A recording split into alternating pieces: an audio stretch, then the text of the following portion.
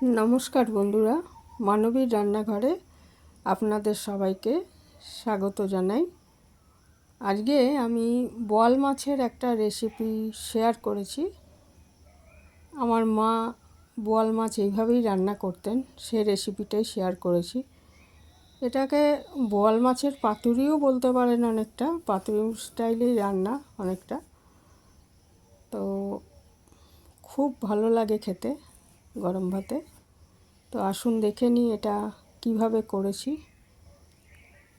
রান্না করা খুবই সহজ, কিন্তু খেতে অসাধারণ হয়।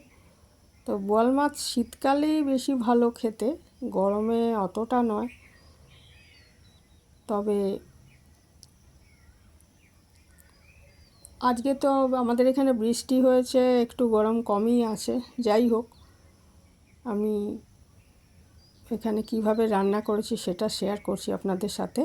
প্রথমে এই মাছ ভালো করে ধুয়ে নুন হলুদ মাখিয়ে রেখেছিলাম 10 মিনিট। তারপর ওদিকে আমি একটা মশলা করে নেব। নুন হলুদ মাখিয়ে রেখে দিলাম যাতে ভালো মতো নুনটা ঢোকে। আর একটা মশলা করে নেব, সেটা হচ্ছে একটা মোটামুটি বড় সাইজের পেঁয়াজ। মাছ যেহেতু কম, 2 টুকরোই করেছি এইভাবে, সেই জন্য বেশি মশলার দরকার নেই। তবে একটু মাখা মাখা হয় বলে একটু যেটুকু মশলার প্রয়োজন আর কি। একটা বড় সাইজেরই পেঁয়াজ নিয়েছি আর কয়েক কোয়া রসুন নিয়েছি, সেটাকে আমি একটু গ্রেট করে নিয়েছি আর কি। আর এদিকে অবশ্যই সর্ষে গুঁড়ো একটু দিতে হবে, আপনি বেটেও নিতে পারেন সর্ষে। আমি আজকে গুঁড়ো সর্ষে ব্যবহার করেছি, মা সবসময় বেটেই নিতেন। তো 2 চামচ মতো গুঁড়ো সর্ষে নিয়েছি। এই সর্ষেটা খুব ভালো, ওই জন্য এটা নিলাম, ছিল যখন এটা নিয়ে নিলাম, আর বাটলাম না। আর ওই গ্রেট করে নেওয়া পেঁয়াজ আর রসুনের সাথে করে দিলাম। আর এই রান্নাটায় মা শুকনো লঙ্কার গুঁড়ো ব্যবহার করতেন না, কাঁচা লঙ্কাই রান্না করতেন। তাই আমি কাঁচা লঙ্কাই ব্যবহার করেছি। 4টে কাঁচা লঙ্কা একটু চিড়ে নিয়ে নিয়েছি, বেটেও দিতে পারেন। আর এটা এই মাখানোর পর একটু রেখে দিলাম, মাখিয়ে 3-4 মিনিট। তারপর একটা কড়াইতে অবশ্যই সর্ষের তেলেই রান্নাটা করবেন, সাদা তেলে ভালো লাগবে না আর কি। তো সর্ষের বাটার রান্না সবসময় সর্ষের তেলেই ভালো। তো এখানে আমি 2 চামচ মতো সর্ষের তেল নিয়ে নিয়েছি। তারপরে তেলটা গরম হলে আমি 1/2 চামচ মতো কালো জিরে ফোড়ন দিয়েছি। এখানে ফোড়ন হিসাবে কালো জিরেই সবসময় ব্যবহার করতে দেখেছি মাকে। তারপরে ওর মধ্যে এই যে মশলা মাখানো মাছটা দিয়ে দিলাম। এমনিও বোয়াল মাছ আমাদের এই মশলা মাখিয়ে করার কারণটা মা বলেছিলেন যে ওই তেলা মাছ তো খুব ছেটা, এইভাবে রান্না করলে ছেটায়ও না, আর খেতেও খুব ভালো হয়। তো এই মশলা সহ মাছটা আমি উল্টে দিলাম, বাকি মশলাটাও আমি পাশে দিয়ে দিয়েছি যাতে ভাজা হয়ে যায়।